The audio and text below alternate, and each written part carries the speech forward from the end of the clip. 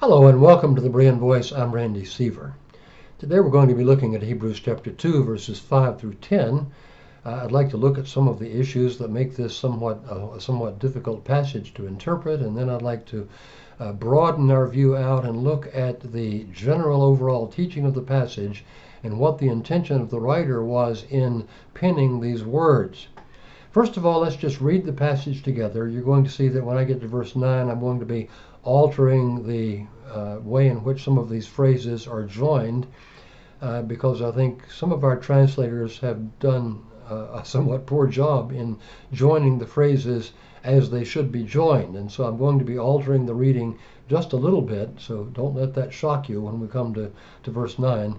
But let's just read together verses 5 through 10 of Hebrews chapter 2, and then we'll first of all just mention some of the issues that are difficult for us to deal with, and then we're going to look at the general overall teaching of the passage. Beginning in verse 5, we read, "For he has not put the world to come, of which we speak, in subjection to angels, but one in a certain place has testified, saying, What is man that you are mindful of him, or the Son of Man that you come to his aid, or that you care for him? You have made him a little lower, or for a little time lower than the angels.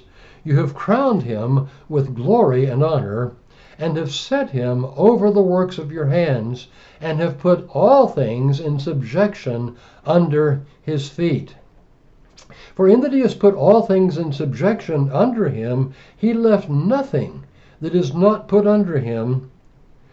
But we do not yet see all things put under him, but we see Jesus, who was for a little time made lower than the angels, so that he by the grace of God might taste death for everyone, on account of the suffering of death, crowned with glory and honor.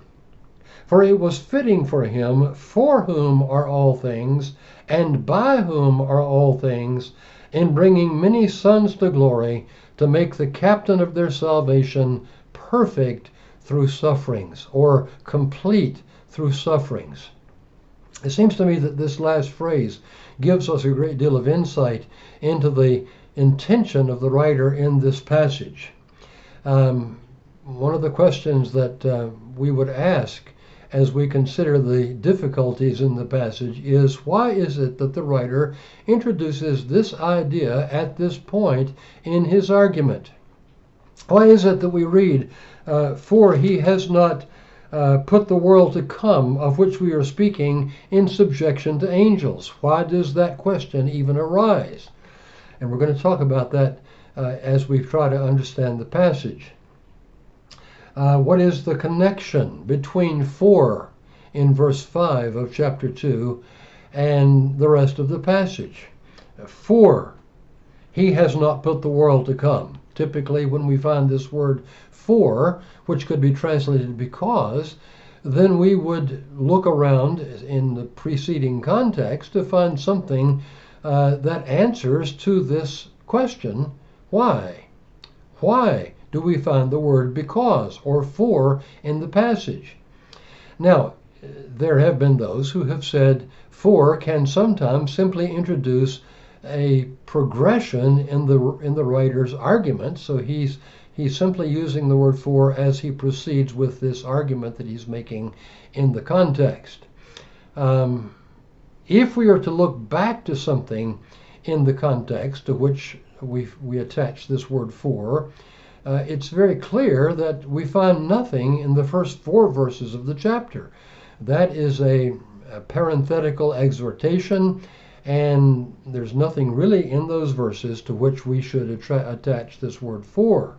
I think if we're going to look for something in the preceding context, we would go back to chapter 1 and verse 14 of the passage, where we read, "Are they," angels, "not all ministering spirits sent forth to minister to those who will inherit salvation?" That is, are they not all servants? That is, they are not the ones who are enthroned and who are to be served.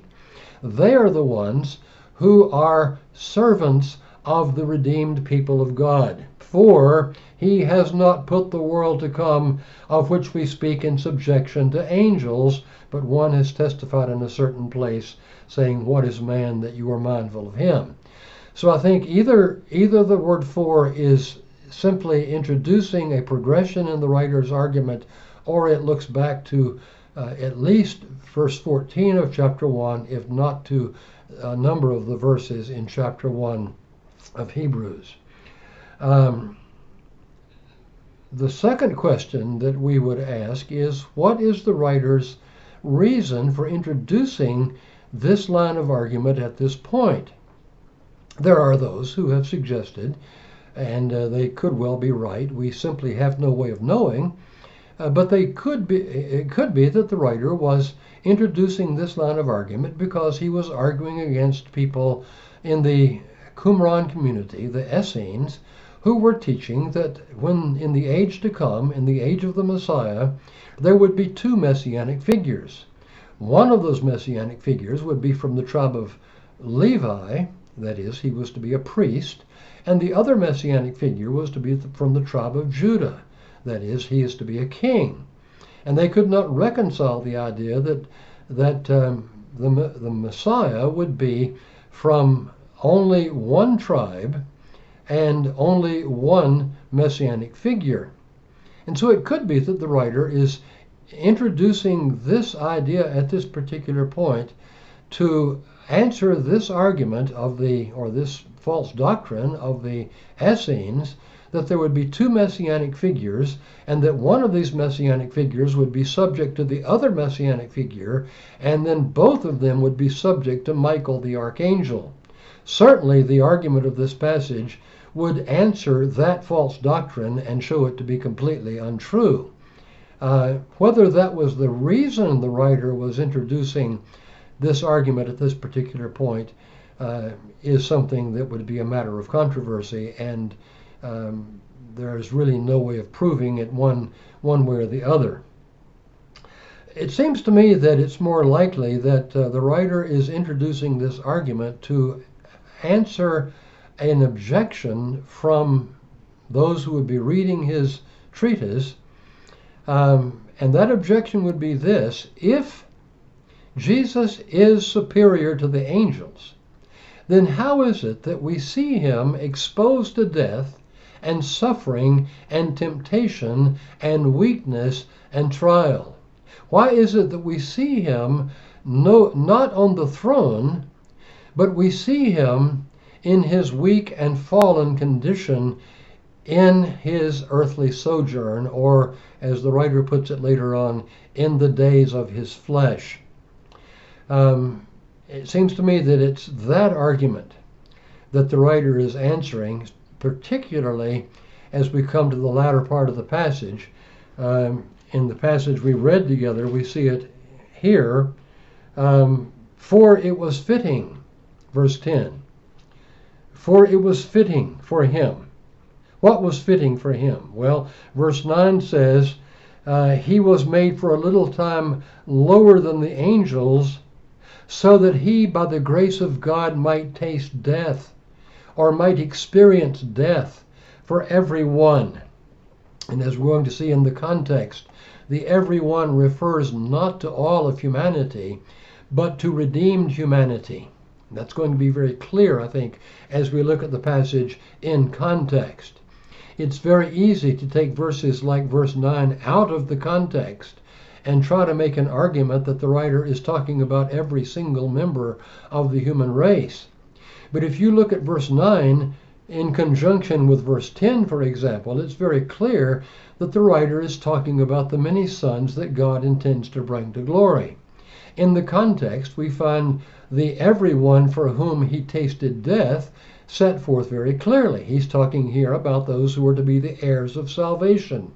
He's talking about here about those who are going to be exalted to the throne of the universe as relative sovereigns under the sovereignty of God, and have everything put in subjection under our feet. He's talking here about the many sons that are to be brought to glory. He's talking here about those who are sanctified by the redeeming work of Christ. He's talking here about the brethren of Christ. He is not ashamed to call them brethren. He's talking here about the seed of Abraham. He does not lay hold of angels, but he lays hold of the seed of Abraham. And for as much as the children are made partakers of flesh and blood, he likewise himself also was made partaker of flesh and blood, that by death he might destroy him who had the power of death, that is the devil, and redeem his people. And so in the context, the everyone for whom he gave himself is clearly spelled out. And so I think he's introducing this argument at this point to explain why we see Jesus in this weakened and subject to death and suffering circumstance in his earthly life. Why is it that if Jesus is superior to angels, we see him for a little time in a condition that is made lower than the angels as a result of Adam's sin? The next question we ought to consider is whether or not Psalm 8 is to be considered as a directly messianic psalm, or should we consider Psalm 8 as an indirectly messianic psalm that refers to redeemed man being restored to the throne? There are some very good scholars who have suggested that Psalm 8 was indeed a messianic psalm, and that when we read, "We do not yet see all things put under him," it is referring to Christ and not to redeemed man. It seems to me that this argument is based on the idea that the Son of Man is to be understood as a different personality than man himself in Psalm 8.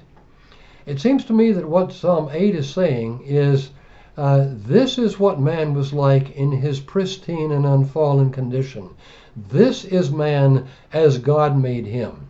He has been set over the works of God's hands. But then he talks about man as sin has made him in his weakened and fallen condition. It was into this condition that Christ was born. It was into this condition, or under this condition, that Christ lived. It was because of this condition that Jesus died a substitutionary death for his people.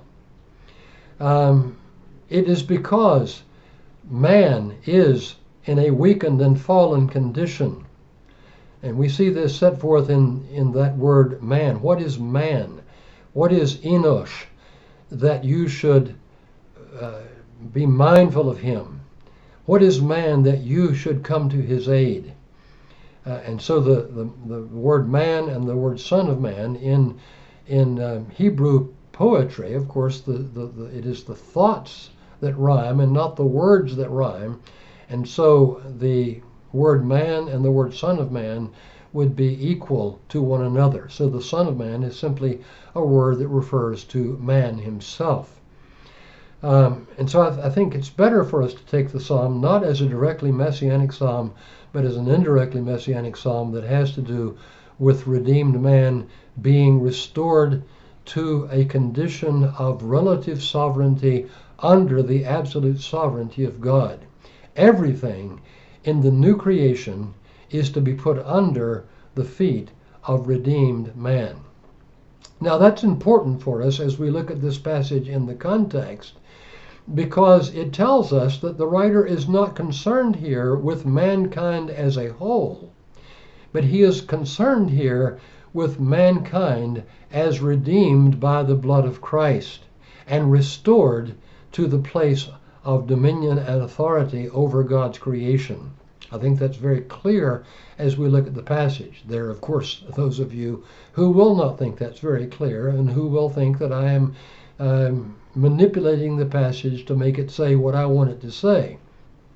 But I think if you'll just be honest with the passage and look at the context, you'll have to admit that the writer is not talking here in the context about the entirety of God's creation, all of mankind, being restored to the throne, but he's talking here about redeemed mankind being restored to the throne, even though we do not yet see all things put under him, though we are already in the age to come, the age of the Messiah. That seems to be the issue.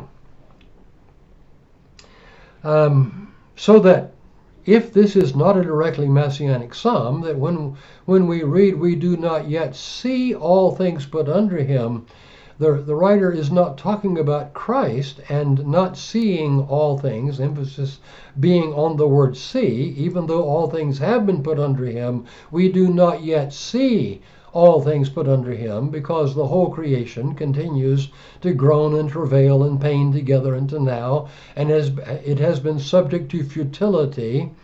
It has been subject to a state of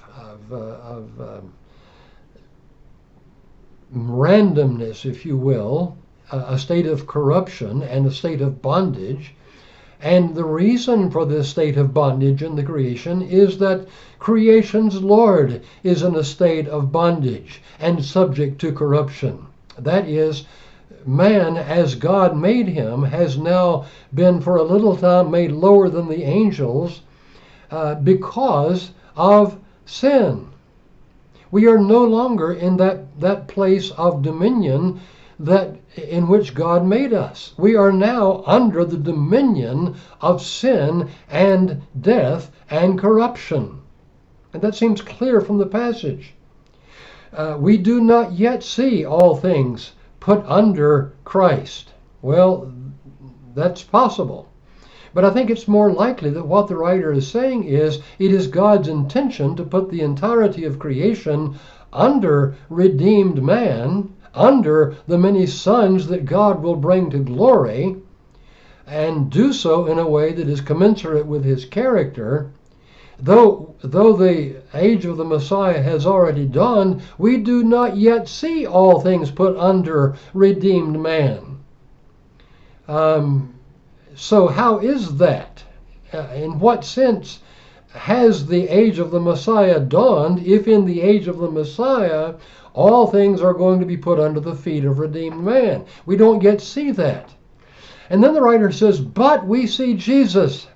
In other words, even though all things have not been yet put under the feet of redeemed man, we see all things having been put under the feet of our head and representative, guaranteeing that all things will ultimately be restored to their pristine condition, and all things will be put under the feet of redeemed sinners.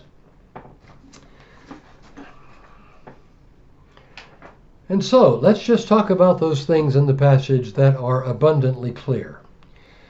First of all, it is clear that it is God's intention in the age of the Messiah to restore his fallen creation to its pre-fall condition and place that new creation under the feet, under the dominion of redeemed sinners. That seems to be very clear from verse 5 and the verses that follow. You have put all things under his feet. You have given him dominion. You have made him a relative sovereign under your absolute sovereignty. Additionally, it's clear from verse 5 that it is not God's intention to subject the age of the Messiah to angels. That's very clear from the passage.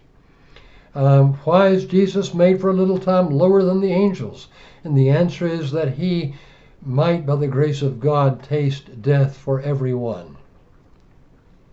Secondly, it should be clear to anyone who reads the passage in context that it has nothing to do with God's unrevealed purpose to make salvation possible for everyone without actually accomplishing salvation for anyone. Whether our opponents in this debate like to admit it or not, that is their view. Their view has to be that if Jesus gave himself equally and in the same way to redeem every single sinner, unless we believe in universalism, that death could not have actually in itself redeemed any sinner and secured salvation for any sinner if Jesus did no more for those who will perish than he accomplished for those who will be saved. or vice versa, that he did no more for those who will actually be saved than for those who will perish in their sins. If that is your view, then you either have to admit that the death of Jesus Christ in and of itself did not secure salvation for anyone, or you must admit that Jesus Christ's death in and of itself accomplished salvation for everyone. There is no middle ground. We're going to talk a great deal more about this issue of particular redemption, or as it has been wrongly called, limited atonement, because I think it's important that we understand what is actually being taught in verse 9, rather than simply using verse 9 as a proof text taken out of its context and as a pretext for proving a particular doctrine. If you're going to use that verse, then you need to consider the context in which that verse is found and what the writer is actually teaching in the verse. And so we need to spend more time on that verse. But it should be clear to you, if you understand the context, that the writer is not talking here in the context about any intention on the part of God to simply make it possible for every sinner to be saved, but that indeed God's purpose, in keeping with his holy character, is to save sinners in a way that is commensurate with that character and that actually accomplishes the salvation of many sinners that God intends to bring to glory. Now, furthermore, it's abundantly clear, I think, that it is God's salvific purpose in bringing many sons to glory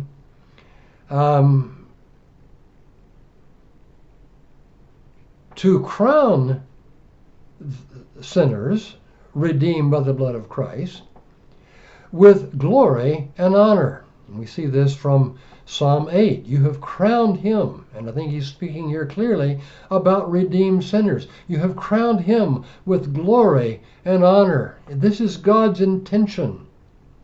It is not merely God's intention to forgive our sins so that we can go to heaven when we die. God's intention in salvation, in his salvific work, is to not only forgive our sins, but to restore us by way of sanctification and glorification to our original state as God made us. And it is God's intention to restore the creation in which we are to live to its place of pristine glory. It seems to me that that's clear from the passage.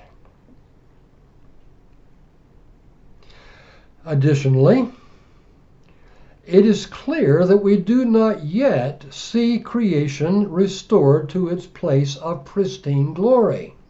We live, and you're going to hear me use this phraseology more than once, I think, but we live in the already not yet. Are we already redeemed? Have we already been restored to the throne? And the answer is yes. Already we have been as the redeemed people of God, restored to our place of pristine glory. But we do not yet see that as a reality in our own experience. We see that in the reality that our head and representative has been exalted to the throne. Someone has quaintly said that as long as the head is above water, no body can perish. And I think that's exactly what the writer is teaching in this passage. Our head and representative has been already exalted to the throne as our representative, as our head. And therefore it is absolutely certain that we, his people, united to him by faith, will also be exalted to the throne and crowned with glory and honor. That seems abundantly clear from the passage. We do not yet see everything put under him, that is, redeemed man, but we see Jesus, who was for a little time made lower than the angels, crowned with glory and honor. Next, it is clear from the passage, and we're going to talk about this more in one of our next videos. It is clear from the passage that God's salvific work must be commensurate with his purpose for creating all things and governing them according to his purpose, and ultimately is for him and for the manifestation of his glory, and that the entire work of salvation is his work and not the sinner's work. He is the one for whom are all things. Why does God save sinners? Is it primarily for the sake of the sinner, or is it primarily for the manifestation of the glory of God? And I think this passage makes it very clear that it is for the manifestation of God's glory. It is for him. And because all things are by him, then our salvation must be his work and not our work in cooperation with him. All things are for him, and all things are by him.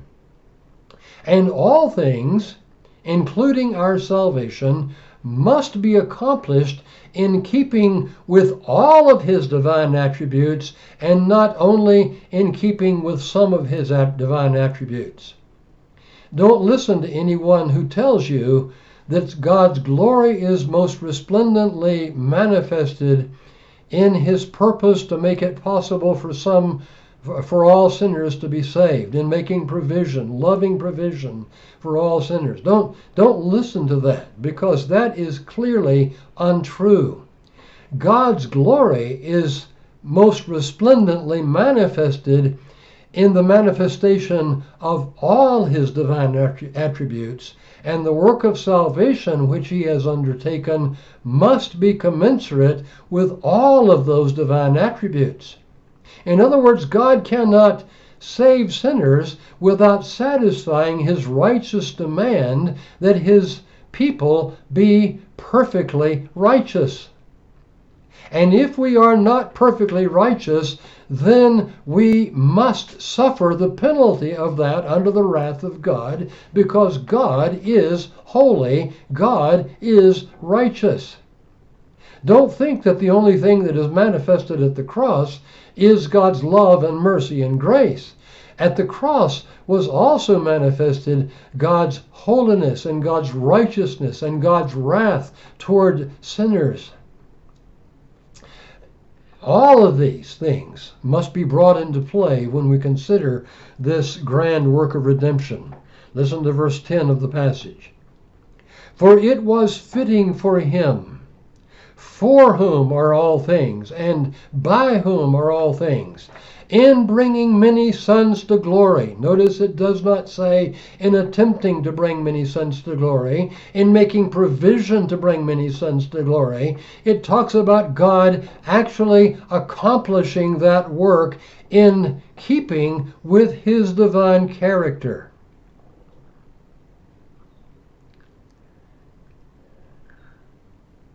And then finally, it is clear that God's salvific purpose could only be realized through a suffering, sympathizing, and substitutionary Savior.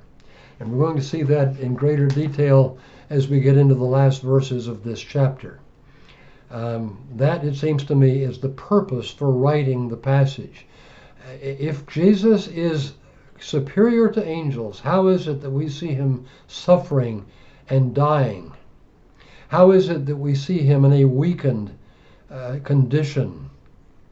How is it that we see him in our nature? And I think this passage is intended to answer that question. And the answer to the question is he was made lower than the angels for the suffering of death, so that he, by the grace of God, should taste death or experience death for every member of the redeemed community.